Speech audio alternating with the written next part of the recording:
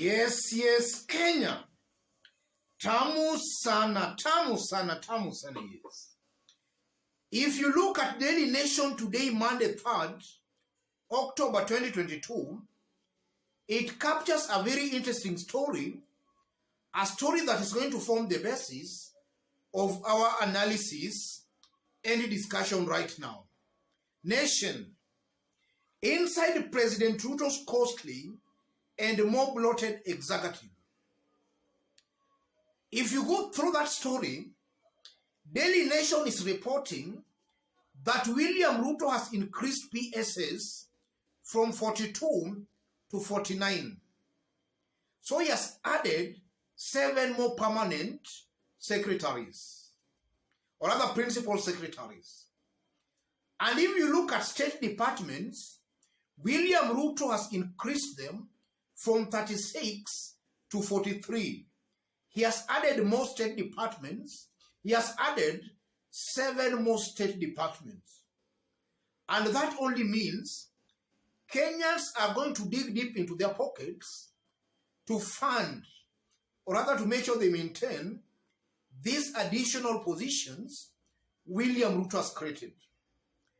In this video, I want us to dig deep into that story to see exactly what it means politically, now that William Ruto and his government has been telling Kenyans that the government is broke.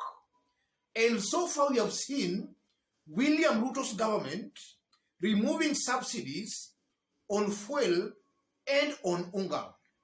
Cost of living is actually skyrocketing, and Kenyans are finding it very hard even to put food on their tables. I want us to dig deep into the story to see what it means politically. Before we do that, if you are watching us for the very first time, subscribe, give this video a like. Yes. Why is a broke government increasing its expenditure by creating more positions? Why? The answer is simple. Either the government is not broke, or the broke government has its priorities wrong.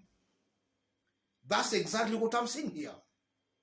Because the new positions means that the government is going to need billions of Kenyan shillings to sustain those new offices in terms of salaries, allowances, and such kinds of stuffs.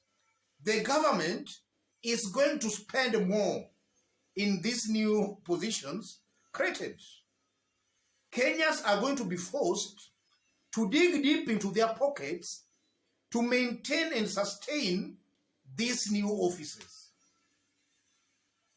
So life is actually going to be hard for Kenyans as time goes by. And it's also very interesting that when William Ruto was on the campaign trail,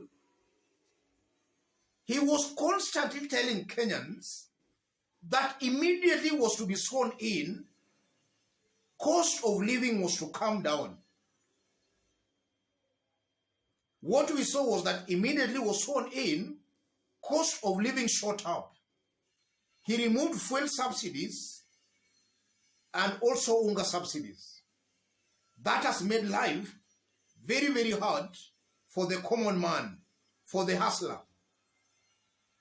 When Ruto was on the campaign trail, he was constantly saying he was going to form a government of Mwamamboga, Boda Boda, Mutu wa chini, Mutu wa kiosk. What did William Ruto do? Immediately was sworn in. The first thing he did was to give a dynasty a job. Uhuru Kenyatta, he appointed him a peace ambassador. That was the first thing he did, giving a dynasty a job. And then he also gave some dynasties jobs at the courts of appeal. We saw him swearing in some judges of the courts of appeal. And we also saw him pumping more money to the judiciary. Also creating a good environment for the hustlers, not hustlers I mean, for the dynasties to sit on the poor people. Because these courts in Kenya is very hard for a hustler, for a poor man to get justice in these courts. These courts are just helping the rich to sit on the poor. William Ruto giving more money to the judiciary just means that the rich will use the courts to sit on the poor hustlers, on the common man. So for the time William Ruto has been in government, all the directives and measures he has taken are just meant to benefit the dynasties. Measures and actions he has taken are only meant to injure more the poor person, the common man. But they are meant to benefit the dynasties. That's a fact, ladies and gentlemen. And also, if you look at William Ruto's government very keenly, it's coming out very clearly that William Ruto has already failed to fulfill some of the promises he made to Kenyans when he was on the campaign trail.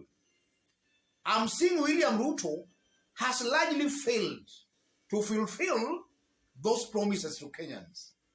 And in my honest opinion, that can augur very negatively for William Ruto in the coming days. And I'm seeing a very high possibility where the hard economic times might force Kenyans to join hands together, irrespective of political party affiliation, irrespective of their ethnic backgrounds. In the near future, I'm seeing a very high possibility where Kenyans can join hands together, and that will augur very negatively for William Ruto's regime.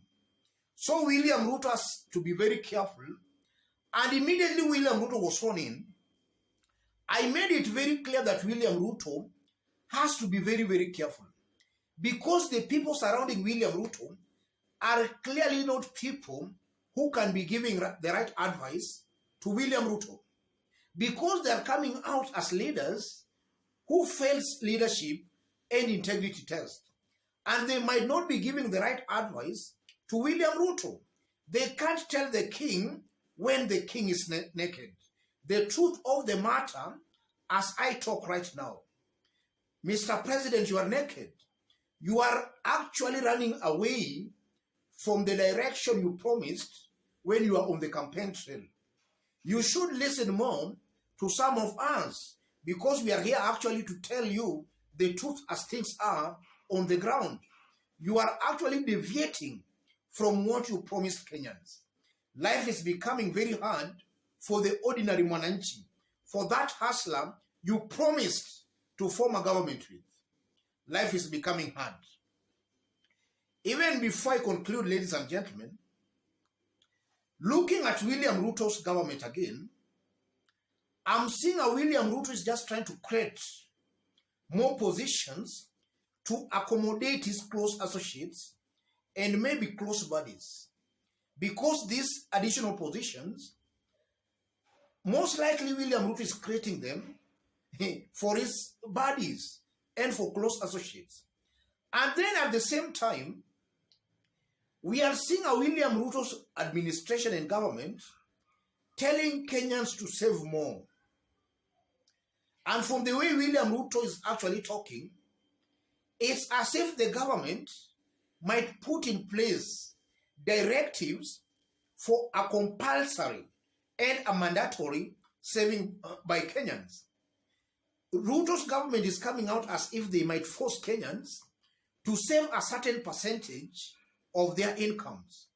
And now that the civil service is not enough, William Ruto's regime might also even force those not in the employment to also save. Yes. And you are saving to a government scheme, hoping that maybe in future, the money might help you. But how many will be there in that future, if at all? So if you look at that mandatory saving, and then you look at what William Ruto is doing, I believe there is a correlation why the masses and Kenyans are being forced to save more. There might be a correlation between that and these new positions being created. Maybe the money Kenyans are being told to save, that money most likely will be used to sustain and to maintain these new positions being created for the dynasties. That's what I'm seeing here, ladies and gentlemen. Yes. Otherwise, just as I did indicate when I was starting, if you are watching us for the very first time, subscribe, give this video a like.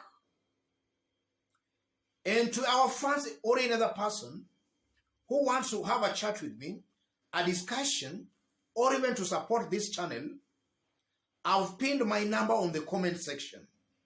Contact me through the number or feel free to send any contribution support to the number. Those watching us outside Kenya, drop a comment, let us know from which part of the globe you are watching us from. And if possible again, subscribe, give this video a like. Let's meet in our next analysis.